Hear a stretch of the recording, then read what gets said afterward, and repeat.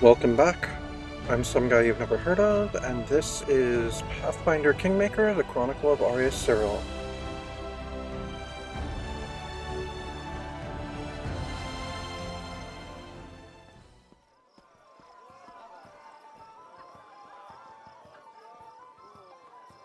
It is done.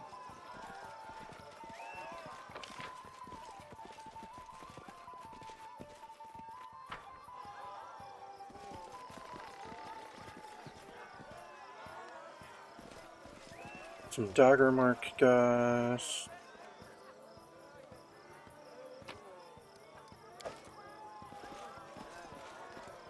No stopping now. Barker. Test your finesse against the finest dwarven locksmithing. Crack the lock, get the prize. Who will challenge the best dwarven locks of the Five Kings Mountain?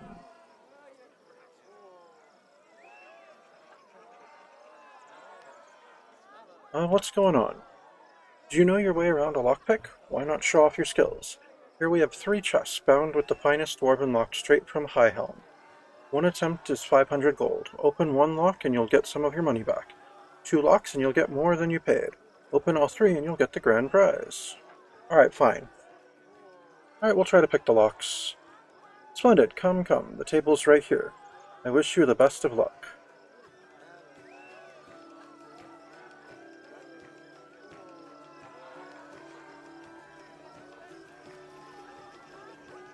Anything else? Alright, good job, Lindsay. Now unlock the second one. Applause, please. Excellent job. Alright, now the hard lock.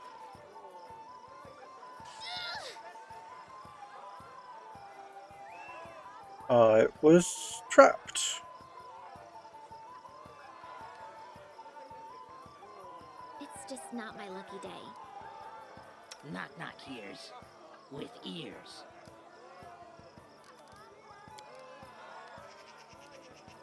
Anything is possible.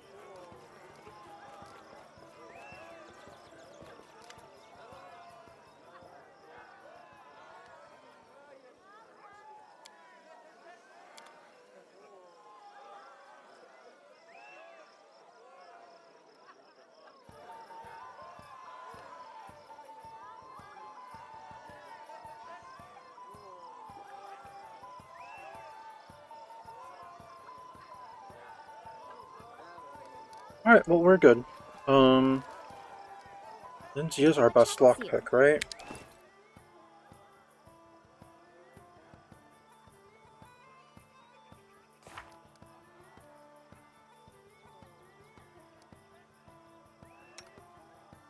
Yeah, she's our best at trickery.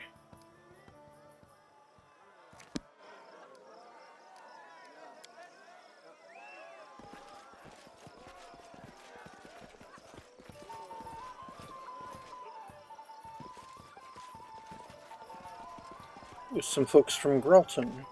Cool. The tax warden. Oh, another trader. Show me your wares. Greater kinetic diadem. Empower magic rod. Opus lazuli wyvern. This figurine is capable of summoning a barb-tongued wyvern once per day for 10 minutes. The barb-tongued wyvern's bite is just as deadly as its sting. The wyvern draws power from the owner of the figurine, and its HD is equal to the summoner's character level with a maximum of 16 in HD. That costs 140,000.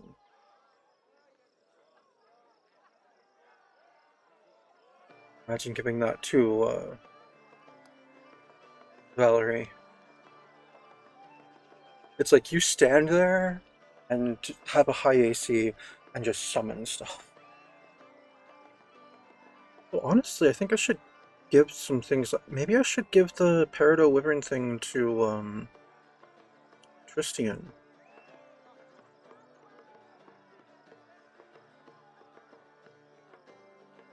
I want it, but I can't afford it. Oh well.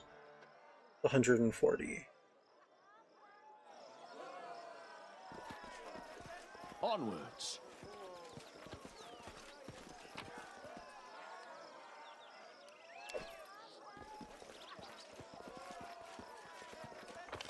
Man, how big is this map?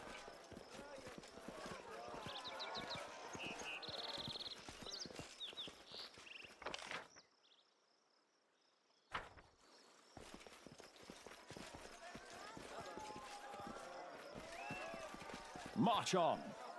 I mean, I'd like to participate, but that requires us to find the dude running the thing.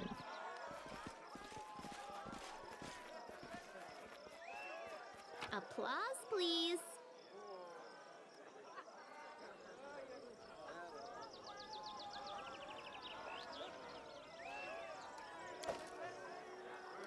No stopping now.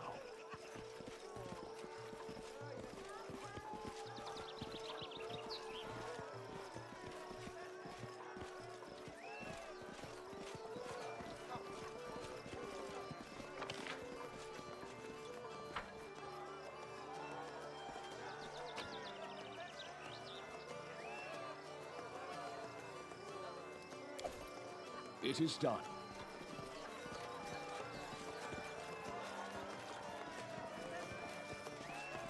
Anything else? Greater extend meta magic rod. Really?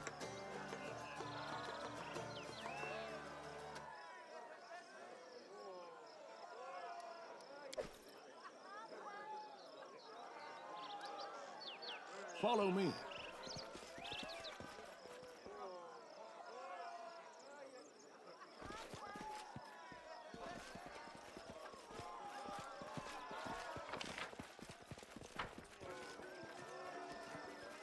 Man, this might be as big as the old sycamore.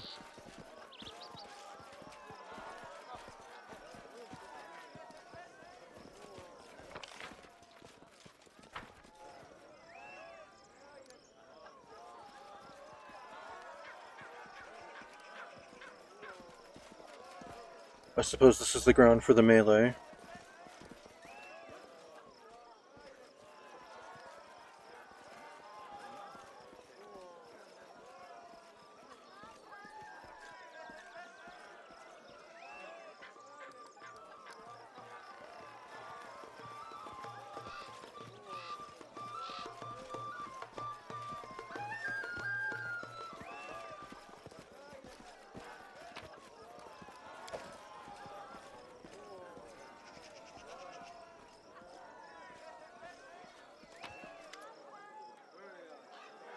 Enemied Belavara. Oh, Arya Cyril, the famed baron. Oh, no, excuse me, the king of Arya now, has come to visit us. It is such a delight to see you here. Maestro Bellavara, well, do you remember me? Lindsay blurts out, turning bright red. Ah, Lindsay, of course I remember you. You and your nonsense at the poetics exam. I hear you have your own publishing house now. I didn't take you for the entrepreneurial sort, but I am happy you finally found your calling.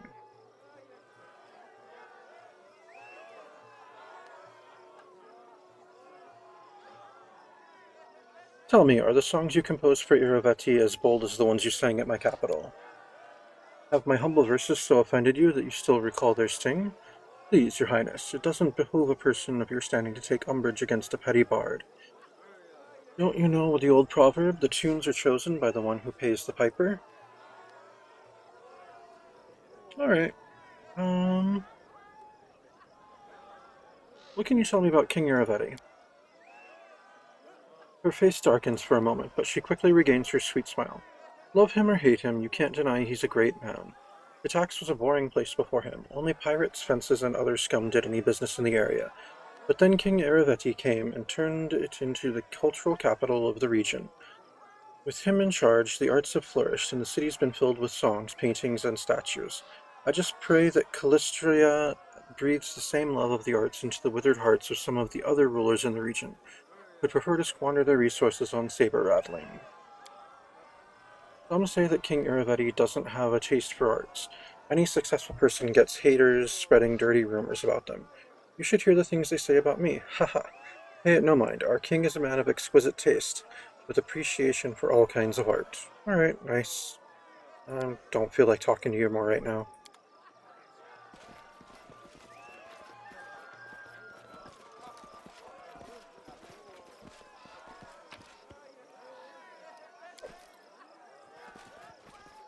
Oh, there's this nuncio that we were supposed to find. Well, now I kind of just want to explore more. Stefano Mosconi. Since your last encounter, Stefano Mosconi has put on a little weight, and his appearance has become even more festive. As you approach, a polite smile blooms on his face. Why, if it isn't King Arius Cyril, please allow me to congratulate you on your success.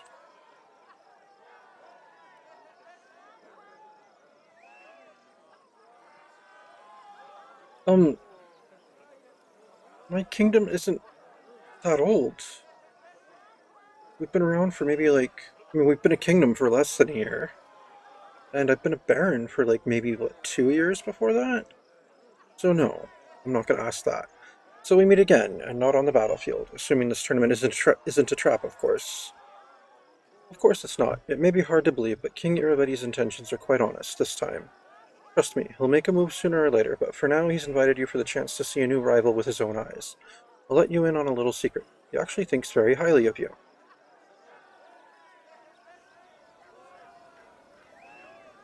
So Iravedi considers me a rival. I didn't think I'd give him any cause for a feud. Dude, I'm a powerful neighbor, of course I have. The unfortunate reality is that your very existence, along with the strength your kingdom has acquired, is cause enough. What would happen were you to join with Mivan against Pitax? Or perhaps you might seek to extend your lands west and not stop at the border. What if merchants from Baboy began traveling through your lands, bypassing Pitax entirely? And of course, the most important question, Mosconi's grin turns predatory. Do you sit securely on your throne, or does Pitax stand a chance of expanding east? Well, you stood a better chance before I expanded my realm. Well, at least you're honest with me. I appreciate the warning. Think nothing of it. I have a great interest in seeing how events will unfold. Likewise, farewell. Until we meet again, and I'm sure we will.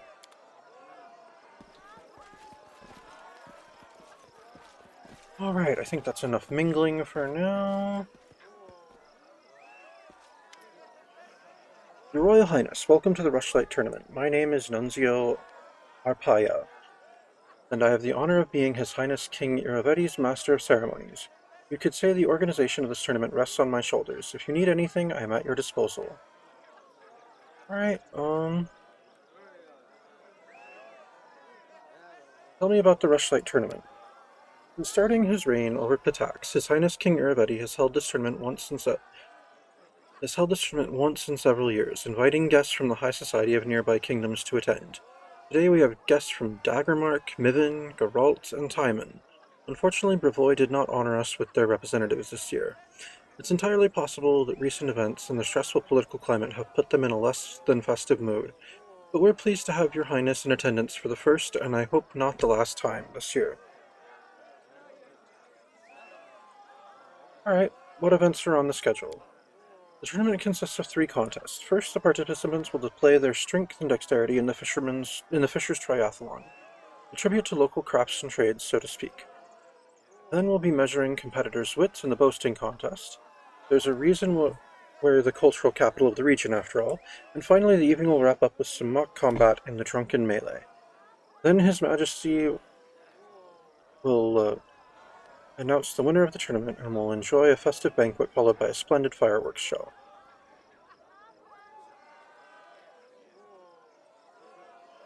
And what about flighting? I'm good at that, said Lindsay. Alright, well I guess, even though I have no idea what a Fisher's Triathlon is, I'm ready to participate in the Fisher's Triathlon. Let's begin. The trumpet sounded over the arena, announcing the commencement of the Fisher's Triathlon. We were to distinguish ourselves in 3 sports, if you could call them such. You be the judge, dear reader. The first round was fish carrying, if you can believe it. They built narrow bridges over pits of mud and placed barrels on either end. One side filled with fish, the other side empty. The goal was to get all the fish from one side to the other, barehanded, without falling into the mud. I'm sure this is just what you imagine for a royal tournament. Throwing fish at your opponents was prohibited. But there was one unofficial but well-understood rule of this tournament. Don't get caught.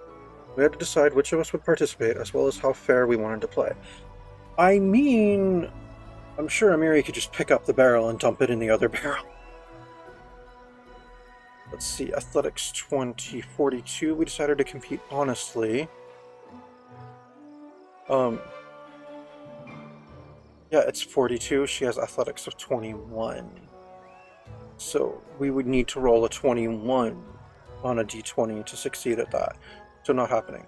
Whereas Stealth 30, we tried to cheat by discreetly throwing fish at our opponents. Knock Knock can't fail. It's 30, he's got 37. Yes, Knock Knock.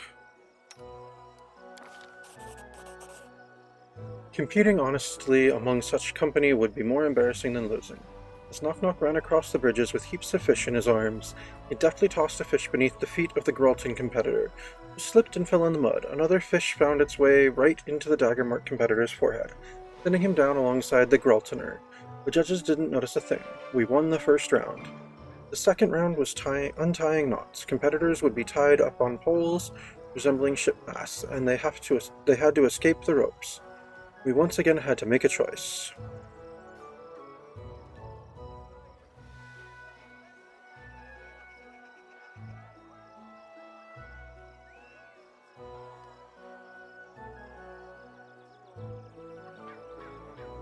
Let's see, Trickery 41.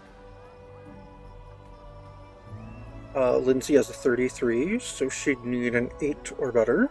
No, I'm sorry. Yeah, an 8 or better. Stealth 30, Knock Knock can't fail it.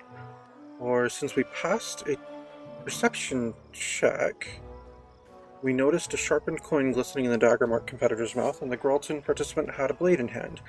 We exposed the cheaters, leaving us with fewer rivals. Now let's do that.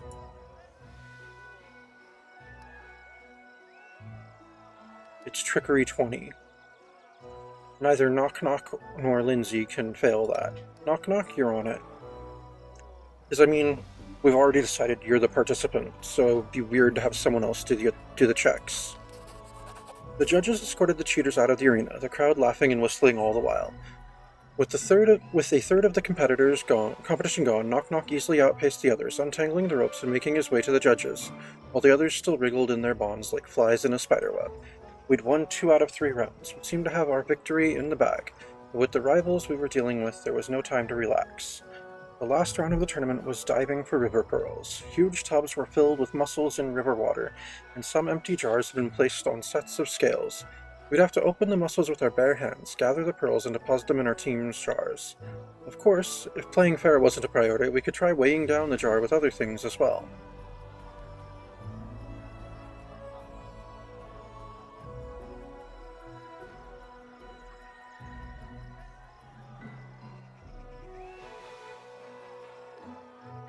Alright, Trickery 35, we tried to cheat by slipping some pebbles into our jar. Lindsay would need a 1 to fail that. Or Trickery 50. Oh, she'd have to get a 17. Now we'll go for the easy win. We tried to cheat by slipping some pebbles into our jar. Yep, go for it, Lindsay, even though it's weird that you'd be doing it instead of him, but... Actually, no. Let's have Knock Knock roll it. I mean, he could fail, but... I mean, so could Lindsay, but... Still, not very likely that he would. Oh no, he failed. The opaque jars on the scales just begged to hold more than pearls, but the judges were more careful here. As soon as Knock Knock tried putting just one innocent little pebble into our jar, he was caught red-handed and escorted from the arena, the crowd laughing and whistling all the while.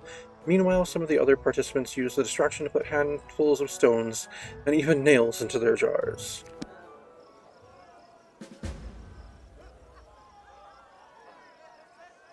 Alright, so we participated in the first. Alright, good job, Knock Knock. Your Royal Highness, welcome to the Rushlight tournament. Yes, okay, gotcha. I'm ready to participate in the boasting contest. Everyone's ready, let's begin. The tournament continued with a boasting contest. The first participant, a man from Daggermark, stepped up to the podium and told a raunchy story about him sneaking into the Temple of Callistria and seducing all the priestesses, including the High Priestess, in a single night. The crowd was particularly amused by the suggestive glances he kept casting toward one of the guests from Timon. She simply smiled mysteriously in response. The second participant was a guest from Gralton, who told a completely implausible tale about his travels across other planes, where he battled undead hordes and defeated a blood-curdling monster. He was an average storyteller at best. He'd be lucky to get a C for that story at the Academy. But the listeners were inexplicably elated. Suspicious, we took a closer look at the crowd, and, of course, we sparred the bard using some tricks of the trade, and likely a little magic, to aid the Gralton man's performance. We didn't interfere. We pointed out the cheating to the judges. We quietly warned the bard that we would shut him up if he kept interfering. We snuck up on the bard, stabbed him in the back, and disappeared. Oh, it's neutral evil, but that's just where we are right now. We can't fail that one. I mean, the Intimidate check is 35 and I've got a 28. No, we'll take the neutral evil. Hey, I didn't tell Knock Knock to do it, he just did it.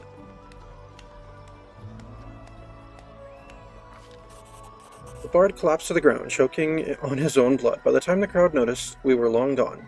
Needless to say, the audience's impression of the Gralton participant's performance was ruined.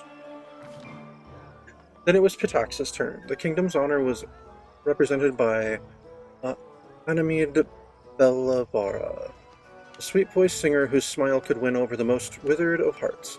Oh, Anamid. But while her voice was smoother than silk, her words stung like arrows. With a soft smile, Anamid told everyone how she'd spent months in our kingdom learning our secrets and instigating a riot. Of course, the honest trade of the bard and the shady dealings of the spy often go hand in hand. But oh, Anamid, who could have expected such an ugly blow from such a lovely lady?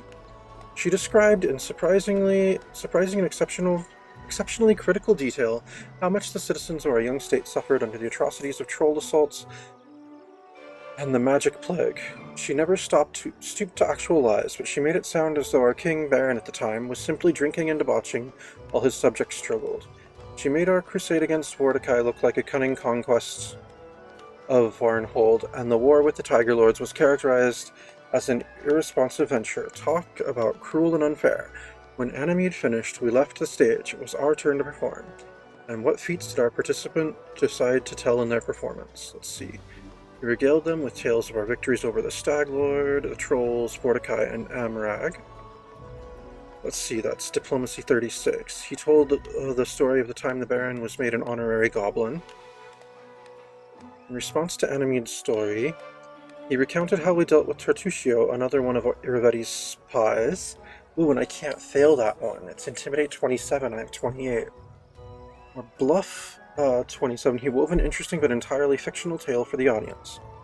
Which I can't fail, because it's 27 and I have 26. So one would succeed. No, I'm going to go with the Intimidate. In response to Anamid's story, he recounted how we dealt with Tartusio, another one of Iravetti's spies. Wait, why do I have 26? I thought I had 28. I guess I must be taking a penalty from something. Still though, 26 plus 1 is 27, so I succeed regardless. Looking meaningfully at Anamid, Arya Spiril spoke of the sad fate that befell the last of Iravetti's spies, and what may be in store for any other spies we might come across. The audience hung on his every word, sometimes laughing uncontrollably, sometimes holding their breath to avoid missing anything. Arya Spiril finally brought the story to an end, and the viewers gave him a standing ovation as he left the podium. The woman from Timon, a priestess of Callistria, went last. She told stories of her love affairs in faraway countries and on other planes, casually mentioning an unpleasant disease she'd contracted over her journeys that took her a long time to get rid of. Hearing that, the participant from Daggermark paled and grabbed at his belt, bringing roaring laughter from the rest of the audience. And finally, the judges announced the winner, Arya Spiril. He walked up to the podium to thunderous applause and took another bow. Nice.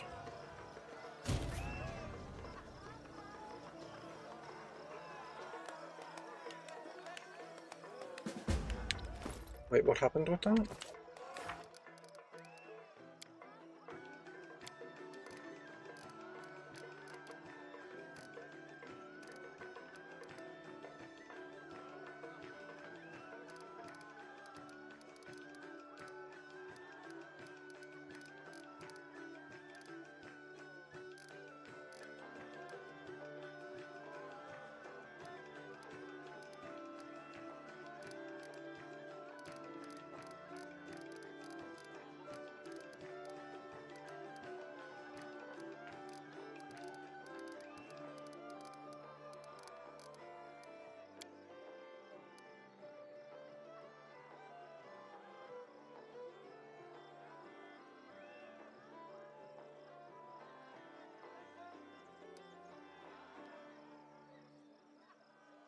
Um, why was that failed?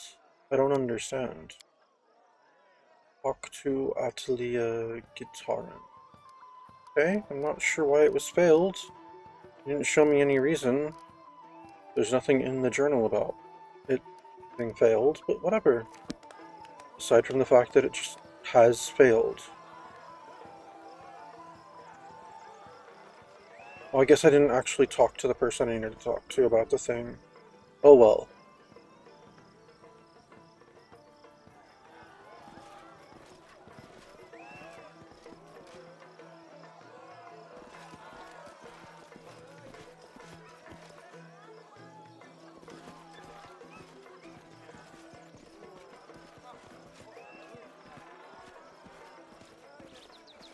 Oh, another trader. I don't think I've talked to this one. You notice Valerie eyeing one of the blades from the vendor's stall, her eyes shining with almost childlike admiration. You can't seem to tear her gaze away from it. See something interesting? No, nothing special, just... See the proof mark on this sword? It belongs to the master who supplied the training swords to my first swordplay instructor. The first sword I ever held had this mark. I shall likely remember this symbol to the day I die. I never thought I would see this proof mark again. Valerie smiles, her eyes hazy with memories. Well, I buy a sword for Valerie. I want you to always smile like you are now. Valerie blushes, embarrassed but happy, as she decisively places her hand on yours to reach for your coin purse. Thank you, but this is completely unnecessary. The swordsmith would not be pleased to know his work was just lying about when it could be loyally serving someone else. Valerie smiles softly. I was just happy to remember those days and have the chance to share the memory with you. I rarely do this, probably only with you. She casts a final glance at the sword, then steps away from the stall. Show me your wares.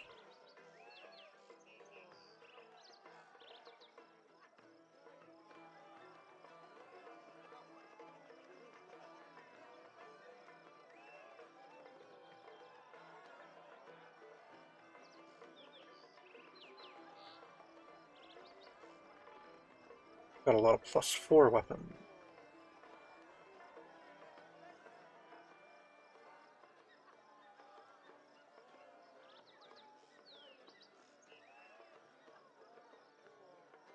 Adamantine full plate +3.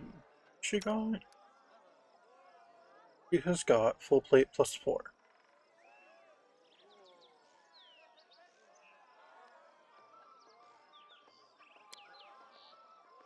Adamantine do extremely strong and favored by weapon and armor smiths alike. Armor made from adamantine grants its wearer damage reduction of 1 if it's light, 2 if it's medium, and 3 if it's heavy. Adamantine is so costly that weapons and armor made from it are always of masterwork quality, blah blah blah. There is an adamantine full plate +4. So it's better than what she's wearing, because it's adamantine. It's got the same enhancement, but it would give her DR3. Tower shield +4. What's her tower shield? Flame guard.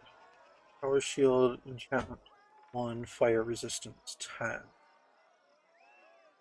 Whereas he's got a tower shield +4. That'd be 3 more AC. I mean, he wouldn't have the fire. She wouldn't have the fire resistance anymore, but it's really not that big of a deal. I'm buying the. Yeah, I'm buying those. And this is why I was holding on to some money.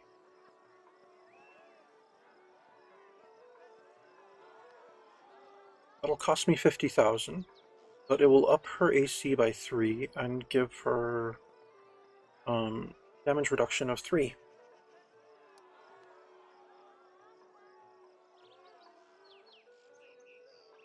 Alright, deal.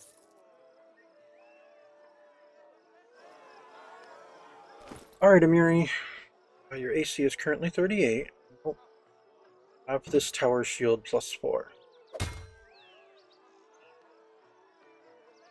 Oh, nice. I like its aesthetic too. So now your AC is 41. And switch to this adamantine full plate. Oh, that is an even better aesthetic too. I mean, your old one was pretty cool, but that's also a little more feminine.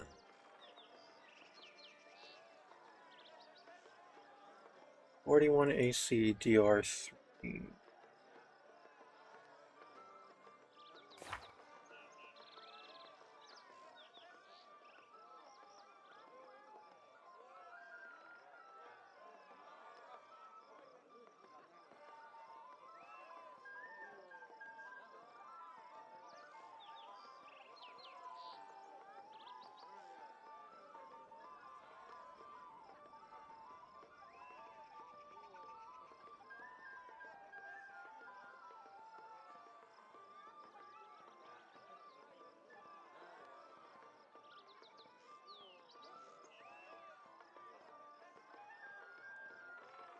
Wait, Bound Thunder is only a +1 trident, but it does give you that lightning bolt that you use every day, that you can use every day.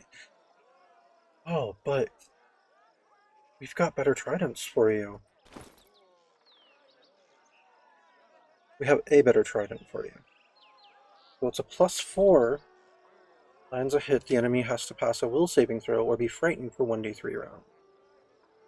Alright, yeah, you're gonna switch out for Horror's Teeth. Bound Thunder can go off to the side here, but yeah. Horror's Teeth. Oh, it actually looks nicer too.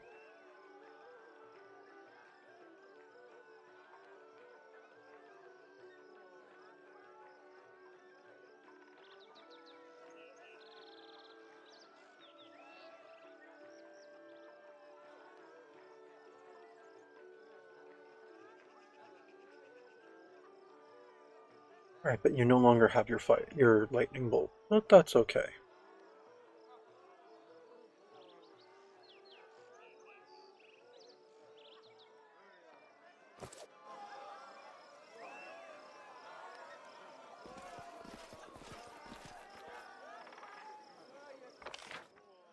Oh, I'm in a completely different part of the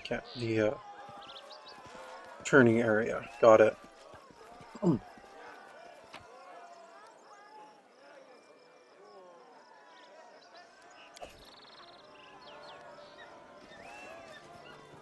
Alright, let's go back to the what's this space? Oh, there's another trader over here. Oh, I've talked to this one before. Got it. Oh, okay, it's someone who has this stuff. Okay, cool.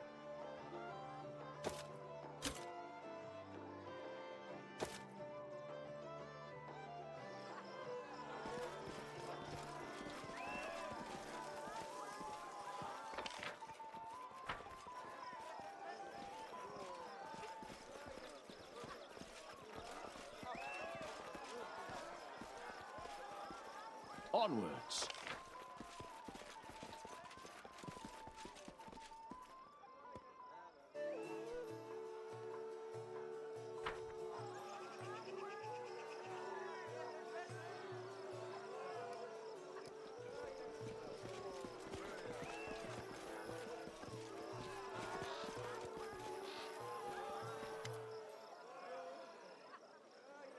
Atalia Gitarin. Greetings, Your Highness. I am Atalia Gitarin, Headmaster of the Academy of Grand Arts.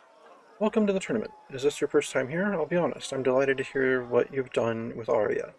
Not so long ago, it was a little more than a hole in the ground, but you've brought it real civilization. Bravo.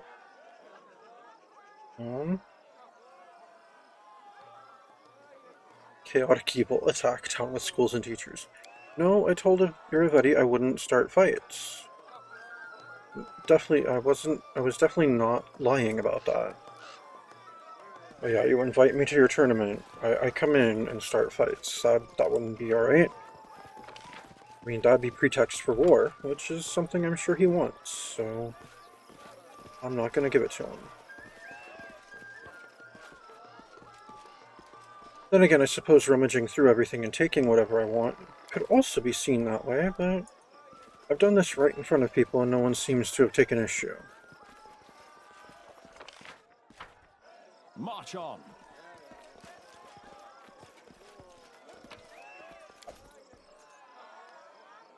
Who's this then?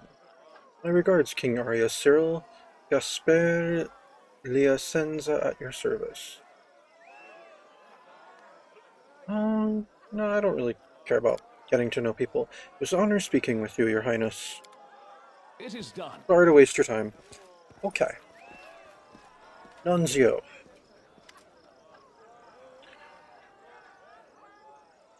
I am ready to participate in the drunken melee. Then let's begin. It will be splendid. Was it actually going to be me? Oh, I should have sent a Miri for this. Okay.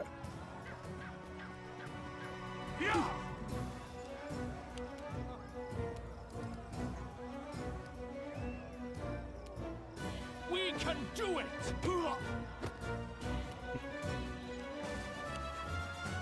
Oh, is everyone ganging up on me? Looks like it.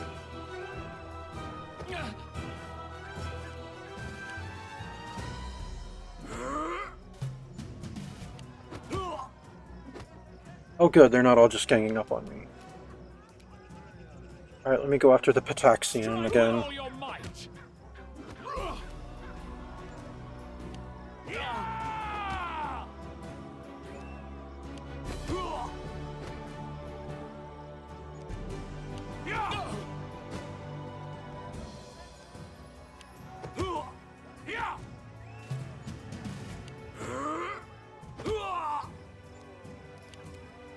Alright, the Timon Brawler seems to be the most wounded now. Okay, then I'll go after him.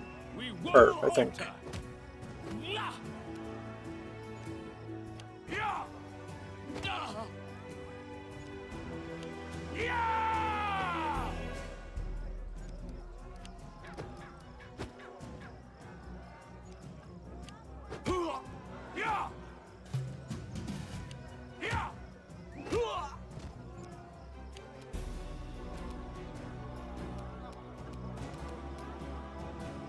Alright, well that's one down, so let me go after the Dagger Mark person now. Alright, I put them down. Nice. 2 down, 3 to go.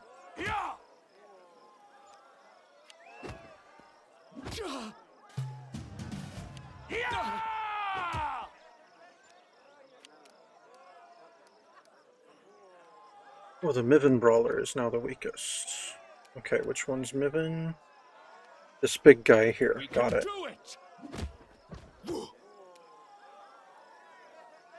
Alright, Miven's out. Now just attacks Grelton and Arya. Alright, let me get this Pitaxian. Strike with all your might!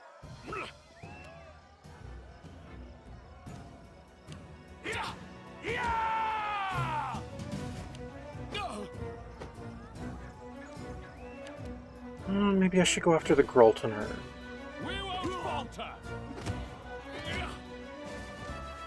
Oh, okay then. It's down to Arya and Pitax.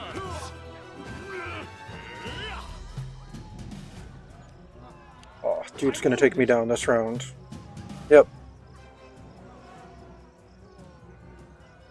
Alright.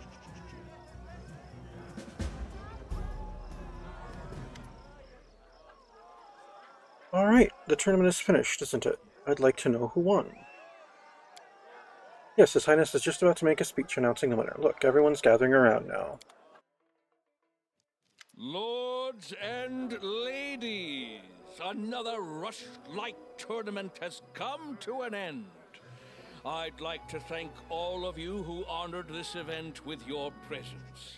My friends, I'm happy to see all of you, but I'd like to give a special welcome to one guest who found themselves invited here for the first time. Today, we had the Baron, no, excuse me, it's King now, isn't it? Of a majority of what was once the Stolen Lands. Thank you for coming, my darling. I can call you that, right? I thank you with all my heart. I first learned of him from my friend Stefano Mosconi. To be honest, his report was less than flattering. Impassable swamps, monsters galloping about, and a complete absence of any valuable resources. Nothing more than a dirty hole ruled by another bandit lord, hardly worthy of your attention. That's what he wrote back then. I'm so happy he was wrong.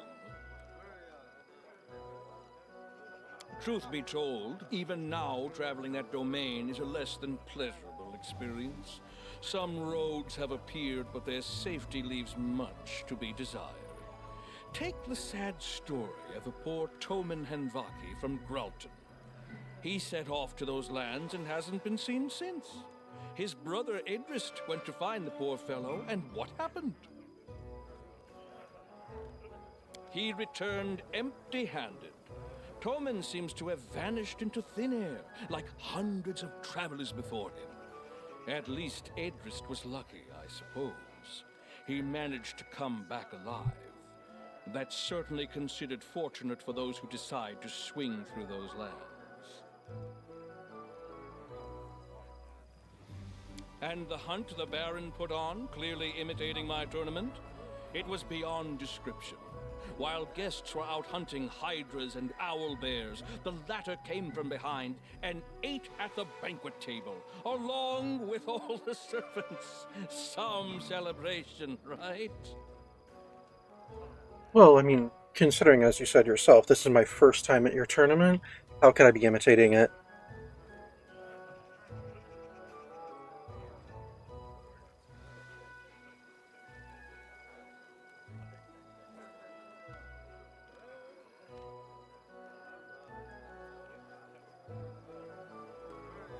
It really bugs me that Intimidate is my best of these.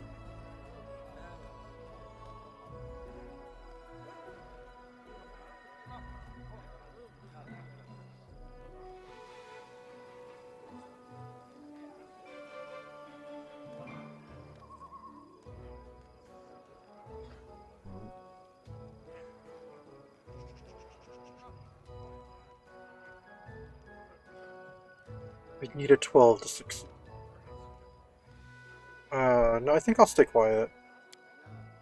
Grinning triumphantly at you, Irivati continues. All I really wanted to get at was that His Highness is a personage truly as extraordinary as his lands, and I'm happy to see him at this celebration. And now it's time to announce the winner of the tournament. Please restrain your anger, but this year the prize will be staying here. The winner of the most contests was the team from Pitax. They won one contest. I must say, I was hoping that this year our debutante, my friend here, would show his worth. But I suppose it would be strange to expect him to display more talent during the contest than he does ruling his tiny country. Dude, my country covers half the stolen lands and yours is one tiny province. Let's see, diplomacy 42. Ooh, no. Yeah, I need a 19 to succeed at that.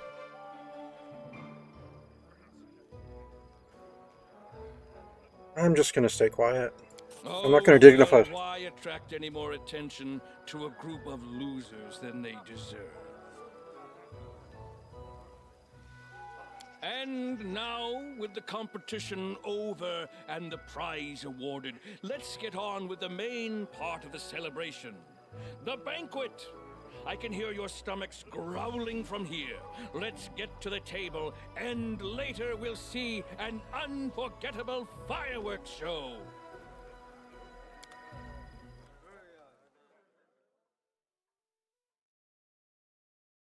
Why are you trying to give me a pretext to invade you?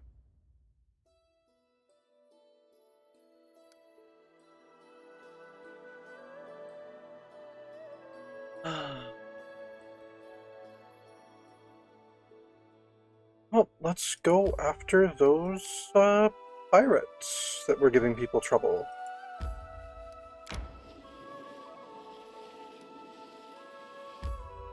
You're gonna flirt with me and insult me. Interesting.